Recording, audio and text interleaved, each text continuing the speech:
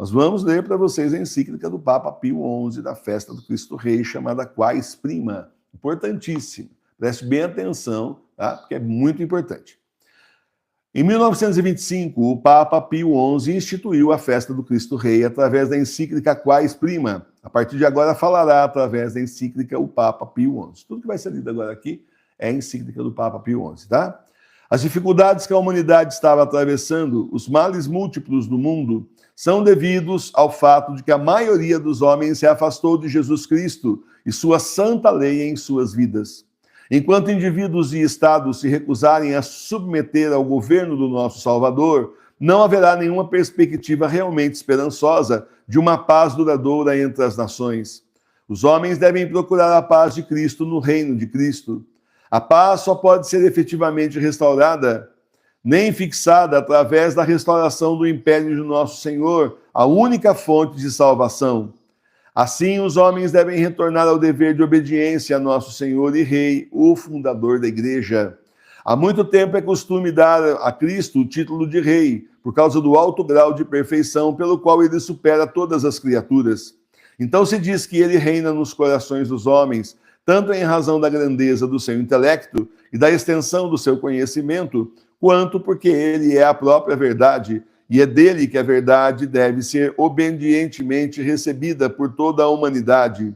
Ele reina também nas vontades dos homens, pois nele a vontade humana era perfeita e inteiramente obediente à santa vontade de Deus. E ainda por sua graça e inspiração ele sujeita nosso livre-arbítrio, a ponto de nos incitar aos mais nobres esforços. Ele é o Rei dos corações, porque também em razão de sua caridade, que excede todo conhecimento, e sua misericórdia e bondade atraem todos os homens a ele, pois nunca se soube, nem jamais se saberá, que o homem seja amado tanto e tão universalmente quanto por Jesus Cristo. No Antigo Testamento encontramos a doutrina da realeza de Cristo, e ela é ainda mais claramente ensinada e confirmada no Novo Testamento. O arcanjo, anunciando à Virgem que ela daria luz a um filho, disse que o Senhor Deus lhe dará o trono de Davi, seu pai, e ele reinará na casa de Jacó para sempre, e seu reino não terá fim. Além disso, o próprio Cristo fala da sua própria autoridade real. Em seu último discurso, falando das recompensas e punições que serão o destino eterno dos justos e condenados, em sua resposta ao magistrado romano que lhe perguntou publicamente se ele era rei ou não, após sua ressurreição, ao dar a seus apóstolos a missão de ensinar e batizar todas as nações, ele aproveitou a oportunidade para se chamar rei, confirmando o título publicamente, e proclamou solenemente que todo poder lhe foi dado no céu e na terra. Essas palavras só podem ser tomadas para indicar a grandeza de seu poder, a extensão infinita de seu reino. Que maravilha, então, que aquele a quem São João chama de príncipe dos reis da terra apareça na visão do futuro do apóstolo, como aquele que tem sua vestimenta e em sua coxa é escrito Rei dos reis e Senhor dos senhores. É Cristo a quem o Pai constituiu herdeiro de todas as coisas, porque ele deve reinar no fim do mundo. Porque ele deve reinar até que no fim do mundo tenha posto todos os seus inimigos debaixo dos pés de Deus e do Pai. Era certamente correto, então, em vista do ensinamento comum dos livros sagrados, que a Igreja Católica, que é o reino de Cristo na terra, destinado a ser espalhado entre todos os homens e todas as nações, deveria, com todo sinal de veneração, saudar seu autor e fundador em sua liturgia anual como Rei e Senhor e como Rei dos Reis. O fundamento desse poder e dignidade de nosso Senhor é corretamente indicado por Cirilo de Alexandria. Cristo, ele diz, tem domínio sobre todas as criaturas, um domínio não tomado pela violência nem usurpado, mas seu por essência e por natureza. Sua realeza é fundada sobre a inefável união com a natureza divina. Disto se segue não apenas que Cristo deve ser adorado por anjos e homens, mas que a ele como homens, anjos e homens estão sujeitos e devem reconhecer seu império. Cristo tem o poder sobre todas as criaturas, mas um pensamento que deve nos dar ainda maior alegria e consolo é este: Cristo é nosso Rei por direito adquirido, bem como por direito natural, pois ele é nosso Redentor. Quisera que aqueles que se esquecem do que custaram ao seu Salvador pudessem se lembrar das palavras: vocês não foram redimidos com coisas corruptíveis, mas com o precioso sangue de Cristo, como de um cordeiro imaculado e imaculado. Não somos mais nossa própria propriedade, pois Cristo nos comprou com um grande preço. Nossos próprios corpos são membros de Cristo. É um dogma de fé que Jesus Cristo foi dado ao homem, não apenas como nosso Redentor, mas também como legislador, a quem a obediência é devida. Os evangelhos não apenas nos dizem que ele fez leis, mas o apresentam a nós no ato de fazê-las. Aqueles que as guardam mostram seu amor por seu divino mestre, e ele promete que permanecerão no seu amor. Ele reivindicou o poder judicial como recebido de seu pai, quando os judeus o acusaram de quebrar o sábado pela cura milagrosa de um homem doente, porque o pai a ninguém julga, mas deu ao filho todo o julgamento. Nesse poder está incluído o direito de recompensar e punir todos os homens vivos, pois esse direito é inseparável do de julgar. O poder executivo também pertence a Cristo, pois todos devem obedecer a seus comandos. Ninguém pode escapar deles, nem das sanções que ele impôs. Este reino é espiritual e está relacionado com coisas espirituais. Que isto é assim as citações acima das Escrituras provam amplamente, e Cristo, por sua própria ação, confirma isso. Em muitas ocasiões, quando os judeus e até mesmo os apóstolos erroneamente supuseram que o Messias restauraria as liberdades e o reino de Israel, ele repeliu e negou tal sugestão. Quando a população se aglomerou ao redor dele em admiração e o teria aclamado rei, ele se encolheu da honra e buscou segurança na fuga. Diante do magistrado romano, ele declarou que seu reino não era deste mundo. Os evangelhos apresentam este reino como aquele no qual os homens se preparam para entrar pela penitência e não podem realmente entrar, exceto pela fé e pelo batismo, que, embora seja um rito externo, significa e produz uma regeneração interior. Este reino se opôs a ninguém menos que ao de Satanás e ao poder das trevas. Ele exige de seus súditos um espírito de desapego das riquezas e coisas terrenas e um espírito de gentileza. Eles devem ter fome e sede de justiça e, mais do que isso, devem negar a si mesmos e carregar a cruz. Cristo, como nosso Redentor, comprou a igreja ao preço do seu próprio sangue. Como sacerdote, ele se ofereceu e continua a se oferecer como vítima por nossos pecados. Não é evidente, então, que sua dignidade real participa, de certa forma, de ambos os ofícios? Seria um erro grave, por outro lado, dizer que Cristo não tem autoridade alguma em assuntos civis, uma vez que, em virtude do império absoluto sobre todas as criaturas, confiadas a ele pelo Pai, todas as coisas estão em seu poder. Assim, o império do nosso Redentor abrange todos os homens.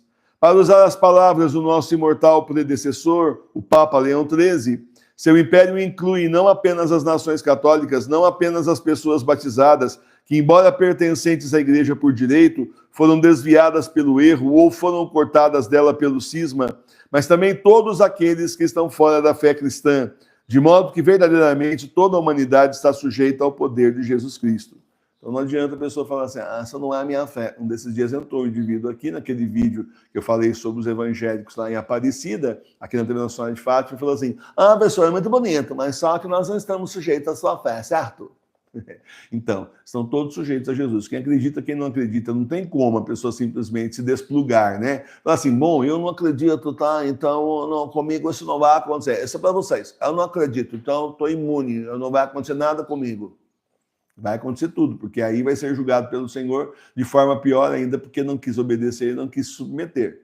Então entenda, o Senhor reina no mundo inteiro, sobre aqueles que são verdadeiramente católicos e sobre os que não são também. A autoridade dele é a mesma.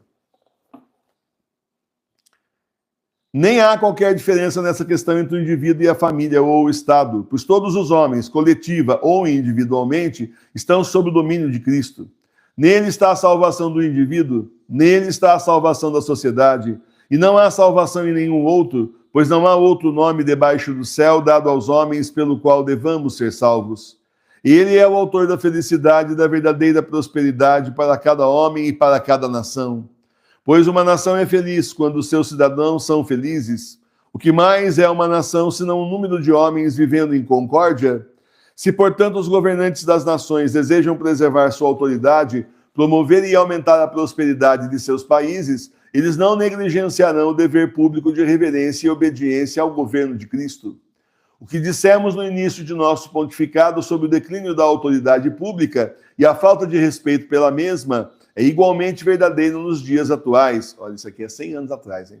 Com Deus e Jesus Cristo, dissemos, excluídos da vida política, com autoridade derivada não de Deus, mas do homem, a própria base dessa autoridade foi retirada, porque a principal razão da distinção entre governante e súdito foi eliminada. O resultado é que a sociedade humana está cambaleando para a sua queda, porque não tem mais uma fundação segura e sólida. Quando os homens reconhecerem, tanto na vida privada quanto na pública, que Cristo é Rei, a sociedade finalmente receberá as grandes bênçãos da liberdade real, disciplina bem ordenada, paz e harmonia. O ofício régio de nosso Senhor investe a autoridade humana de príncipes e governantes com um significado religioso. Ele enobrece o dever de obediência do cidadão. É por essa razão que São Paulo, enquanto ordenava às esposas que reverenciassem a Cristo em seus maridos e os escravos respeitassem a Cristo em seus senhores, as adverte a obedecerem a eles não como homens, mas como vice-regentes de Cristo, pois não é adequado que homens redimidos por Cristo sirvam a seus semelhantes. Vocês foram comprados por um preço, não se tornem escravos de homens. Se príncipes e magistrados devidamente eleitos estiverem cheios da persuasão de que governam, não por direito próprio, mas pelo mandato e no lugar do Rei Divino, eles exercerão sua autoridade piedosamente e sabiamente, e farão leis e as administrarão, tendo em vista o bem comum e também a dignidade humana de seus súditos. O resultado será uma paz estável e tranquilidade, pois não haverá mais nenhuma causa de descontentamento. Os homens verão em seu rei ou em seus governantes homens como eles, talvez indignos ou abertos à crítica, mas não recusarão por isso a obediência se virem refletida neles a autoridade de Cristo, Deus e homem. Paz e harmonia também resultarão, pois com a disseminação e a extensão universal do reino de Cristo, os homens se tornarão cada vez mais conscientes do elo que os une, e assim muitos conflitos serão prevenidos inteiramente, ou pelo menos sua amargura será diminuída. Se o reino de Cristo então recebe, como deveria, todas as nações sob o seu caminho, não parece haver razão para que desesperemos de ver aquela paz que o Rei da Paz veio trazer à terra, aquele que veio para reconciliar todas as coisas, que não veio para ser servido, mas para servir, que, embora Senhor de tudo, se deu a nós como modelo de humildade e com sua lei principal uniu o preceito da caridade, que disse também, meu jugo é suave, meu fardo é leve. Oh, que felicidade seria a nossa se todos os homens, indivíduos, famílias e nações se deixassem governar por Cristo. Então, finalmente, para usar as palavras dirigidas por nosso predecessor, o Papa Leão XIII, há 25 anos, aos bispos da Igreja, então, finalmente, muitos males serão curados. Então, a lei recuperará sua antiga autoridade. A paz, com todas as suas bênçãos, será restaurada. Os homens embainharão suas espadas e deporão suas armas, quando todos reconhecerem e obedecerem livremente à autoridade de Cristo e toda língua confessar que o Senhor Jesus Cristo está na glória de Deus Pai. Para que essas bênçãos sejam abundantes e duradouras na sociedade cristã, é necessário que a realeza do nosso Salvador seja tão amplamente reconhecida e compreendida quanto possível. E para o fim, nada serviria melhor do que a instituição de uma festa especial em honra à realeza de Cristo. Pois as pessoas são instruídas nas verdades da fé e levadas a apreciar as alegrias interiores da religião muito mais efetivamente pela celebração anual de nossos mistérios sagrados do que por qualquer pronunciamento oficial do ensino da Igreja. Tais pronunciamentos geralmente alcançam apenas alguns e os mais eruditos entre os fiéis. As festas alcançam todos eles. Os primeiros falam apenas uma vez, os últimos falam todos os anos, na verdade para sempre. O ensinamento da Igreja afeta principalmente a mente. Suas festas afetam tanto a mente quanto o coração e têm um efeito salutar sobre toda a natureza do homem. O homem é composto de corpo e alma, e ele precisa dessas festividades externas para que os ritos sagrados, em toda a sua beleza e variedade, possam estimulá-lo a beber mais profundamente da fonte do ensinamento de Deus, para que ele possa torná-la parte de si mesmo e usá-la com proveito para a sua vida espiritual. Esperamos firmemente que a festa da realeza de Cristo, que no futuro será observada anualmente, possa apressar o retorno da sociedade ao nosso amoroso Salvador. Seria dever dos católicos fazer tudo o que pudessem para trazer esse resultado feliz. Muitos deles, no entanto, não têm a posição na sociedade nem a autoridade que deveria pertencer àqueles que carregam a tocha da verdade. Esse estado de coisas pode talvez ser atribuído a uma certa lentidão e timidez em pessoas boas, que são relutantes em se envolver em conflitos ou se opõem a uma resistência fraca. Assim, os inimigos da igreja se tornam mais ousados em seus ataques. Mas se os fiéis geralmente entendessem que lhes cabe lutar corajosamente sob a bandeira de Cristo, seu Rei, então, inflamados com o zelo apostólico, eles se esforçariam para conquistar para seu Senhor aqueles corações que estão amargos e afastados dele e defenderiam valentemente seus direitos. Portanto, por nossa autoridade apostólica, instituímos a festa da realeza de nosso Senhor Jesus Cristo, a ser observada em todo o mundo no último domingo do mês de outubro, o domingo, isto é, que imediatamente precede a festa de todos os santos. Nós ordenamos ainda que a dedicação da humanidade ao Sagrado Coração de Jesus, que nosso predecessor, o Papa Pio X, ordenou que fosse renovada anualmente, seja feita anualmente nesse dia. Antes de celebrar o triunfo de todos os santos, proclamamos e exaltamos a glória daquele que triunfa em todos os santos e em todos os eleitos. Olha a lógica. Entendeu por que é no último domingo de outubro? Porque no dia 1º de novembro é dia de todos os santos. Então, hoje nós celebramos o Santo dos Santos, o Rei dos Reis, nosso Senhor Jesus Cristo. Mas no dia 1º, na sequência, na hierarquia do céu, a gente aí, então, comemorados todos os santos. Ah, a igreja é maravilhosa. Gente, quanto mais você estudar, mais você vai se apaixonar pela igreja, porque é coisa boa, muito bom, né? Inspirado pelo Espírito Santo, é maravilhoso. As nações serão lembradas pela celebração anual desta festa, que não apenas indivíduos privados, mas também governantes e príncipes são obrigados a dar honra e obediência públicas a Cristo. Isso lhes trará à mente o pensamento do julgamento final, em que Cristo, que foi expulso da vida pública, desprezado, negligenciado e ignorado, vingará mais severamente esses insultos. Pois sua dignidade real exige que o Estado leve em conta os mandamentos de Deus e os princípios cristãos, tanto na elaboração de leis quanto na administração da justiça e também na provisão de uma sólida educação moral para os jovens. Nós, infelizmente, aprendemos aquela expressãozinha, o Estado é laico. O Estado é laico, não tem religião, então, é assim, aí não se mete com essas coisas. Então, não se mete com essas coisas, mas assim, conceita, se mete aos montes, né? Que essa historinha de Estado laico propiciam aí o alastramento das seitas em escolas, em diversas repartições públicas, né? Então aí pode, quando é seita pode, quando a Igreja Católica Apostólica Romana e o Brasil oficialmente é católico, aí não pode. Aí é de mau gosto. Aí vamos combater. Aí a gente vai entendendo quem faz esse tipo de coisa do lado de quem está, né? Com certeza não é do lado de Deus. E também não é do lado lá, é laico, então a gente não se mete em religião nenhuma. Somos assim, neutros. Tá bom para vocês? Bom, não estaria bom, porque todo o poder, toda a honra e toda a glória vem de Deus. Então já não estaria bom, já não deveria ser assim. Os governantes deveriam ser católicos, apostólicos, romanos de verdade. Mas o pior é que não é só isso, né? Simplesmente eles vão aí, assim, abordando e assimilando essas outras seitas todas aí. Também não faz muito espanto. A gente não deve se espantar muito, porque muitos desses governantes são todos envolvidos com maçonaria, Illuminati, anticristo. A gente nem deveria estar espantado, né? Estão fazendo errado, não é assim que devia ser. Ensina-nos a Santa Igreja, aqui a encíclica do Papa Pio XI, e é por isso que as coisas não dão certo.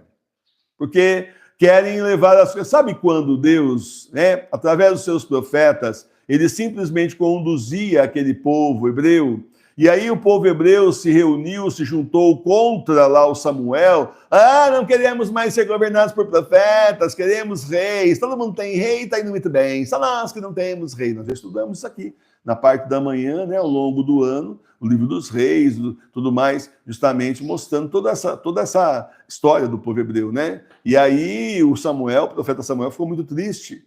Foi falar com Deus, né? O Senhor falou para ele, não, você não fica triste não, você pensa que isso é contra você? Não é, contra mim. Era contra Deus que eles estavam lutando, eles não queriam mais ouvir o Senhor. Aí, bom, vamos ouvir os homens, né? E aí Baal, aqueles deuses todos, né? Bom, aí sofreram um monte de punição até que o Senhor deixou de escolhê-los, eram um povo escolhido e não são mais, né? Toda a história que nós vamos estudando aqui ao longo do ano litúrgico inteirinho com vocês. Então, o certo era realmente o Senhor vir e reinar nos nossos corações, na nossa pátria, e, enfim, no mundo inteiro. O mundo seria muito diferente se seguisse as leis de Deus. Os fiéis, além disso, meditando sobre essas verdades, ganharão muita força e coragem, permitindo-lhes formar suas vidas segundo o verdadeiro ideal cristão. Se a Cristo nosso Senhor é dado todo o poder no céu e na terra, Se todos os homens comprados por seu precioso sangue são, por um novo direito, submetidos ao seu domínio, se esse poder abrange todos os homens, deve ficar claro que nenhuma de nossas faculdades está isenta do seu império. Ele deve reinar em nossas mentes, que devem concordar com perfeita submissão e firme crença nas verdades reveladas e nas doutrinas de Cristo. Ele deve reinar em nossas vontades, que devem obedecer às leis e preceitos de Deus. Ele deve reinar em nossos corações, que devem rejeitar os desejos naturais e amar a Deus acima de todas as coisas, e se apegar somente a Ele. Ele deve reinar em nossos corpos e em nossos membros, que devem servir como instrumentos para a santificação interior de nossas almas, ou, para usar as palavras do apóstolo Paulo, como instrumentos de justiça para Deus. Dado em Roma, em São Pedro, no 10º dia do primeiro mês de dezembro do ano santo de 1925, 4º ano do nosso pontificado, Papa Pio XI. Eu sei que foi um pouco longo, né? Mas muito linda a encíclica. Nossas moças aí, que são missionários digitais, produtores de conteúdo, tem bastante frases que dá para tirar aí e ir fazendo, então, artes aí para divulgar essa encíclica maravilhosa. E eu queria dizer para vocês que sim, gente, o Senhor foi colocado para fora da nossa sociedade, infelizmente. Mas sim, ele vai reinar novamente. Depois dos 3 dias de escuridão, onde sobrar só 1/4 da população mundial, porque o resto dos injustos, ímpios e iníquos foram todos dizimados, levados para o inferno, pode ter certeza, aí começa então o reinado do Senhor sobre a terra. Daí vem São Pedro e São Paulo do céu, constituem o último Papa válido pelos romanos. Depois disso, então, mais um tempinho, ele organiza a igreja, mais um tempinho, já volta Jesus, já é o juízo final, e o Senhor estará conosco, a Jerusalém celeste virá do céu, nós moraremos com Deus para sempre. O Senhor virá morar no meio dos homens. Louvado seja o nosso Senhor Jesus Cristo. E queria dizer para vocês que isso está no livro do Apocalipse, tá?